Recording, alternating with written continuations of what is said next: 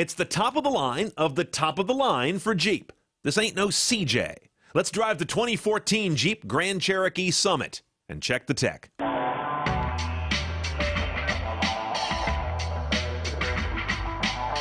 You can spot a 2014 Grand Cherokee by the face, revised rather notably. But beyond that, the Grand Cherokee carries on as something of the American Land Rover. Big, clean, and bold, without a lot of that World War II bric-a-brac that doesn't make a lot of sense to buyers under 40 anymore. Except for some little tiny since 1941 call-outs you'll find on the headlights and the steering wheel. They just can't help themselves. Now, right as you get inside this guy, you realize it's about as spacious as you thought it was going to be as you approached its bulkiness walking to it. Plenty of good headroom, and I'm not even nearly at the bottom of the seat travel. As you can see, this isn't the CJ Jeep of back in the day. This has become the biggest bourgeois rock crawler in the market, but they're meant to be luxurious. That's what Grand Cherokees do in the Jeep lineup. Let's get right to our center stack technology. This is what you probably noticed right off the bat in this very nicely, almost too nicely appointed cabin. This is a Garmin-oriented nav system to begin with. You recognize that right away because it has the familiar where to. That's Garmin language. It's rated as one of the easiest to use in the entire auto industry. Once you do get your navigation set or just browsing the map, it's one of the nicer looking ones. Street names are always quite legible, as are the legends for traffic and such, or direction of street. It's a little doughy and a little bit soft, but once you zoom in well enough, you can read it very well. On to the media now. AM and FM radio both have HD radio, and it's well documented here. You've got an HD button indicator there on the right, and once you get into the FM HD, where you often will find secondary or even tertiary stations, it's very easy to bounce between them. You just hit next, and it goes from HD1 to HD2. Sirius XM, of course, satellite radio standard on this car as well, does a really nice job of calling out that particular kind of media with good channel art, great meta tags, and they use all the real estate. I almost rarely see a station name or a title that has to rotate or go, piece by piece. Now, like old school thinking, they still put media under a separate bucket, and that's where you'll find your iPod connection. SD card is one you're probably not going to use so often, but again, meta and album art do a good job, as good as you did on the card. And of course, Bluetooth streaming with meta tag information again. You've also got an aux jack, and by the way, all that stuff lives down here in this bin. In the front. In the back, there are two more USB jacks, but don't get excited. Those are not for media. Those are USB charging jacks. A few more technology touches I want to call your attention to before we go to the hood. Interesting, very electronic, very modern, very non-Jeep, to be honest, shifter down here that controls the 8-speed automatic.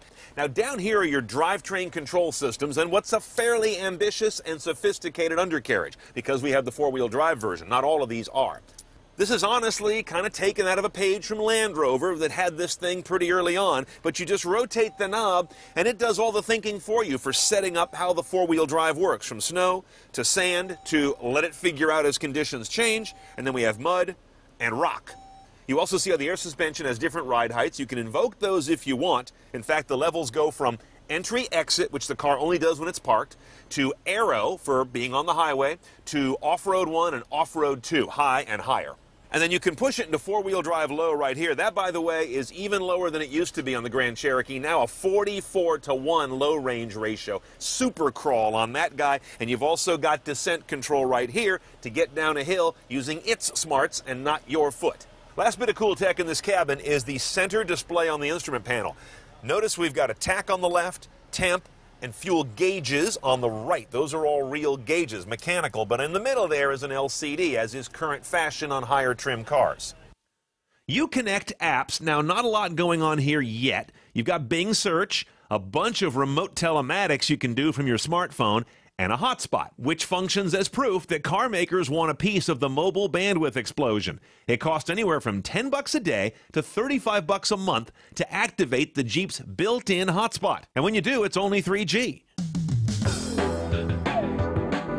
Now, the first thing I notice when I get in the engine bay without reading a single spec is that I know there's a Hemi V8 option, because you got about enough room in front of this V6 to put one of those micro apartments they're doing these days. So yes, you can get 2 more cylinders on the front.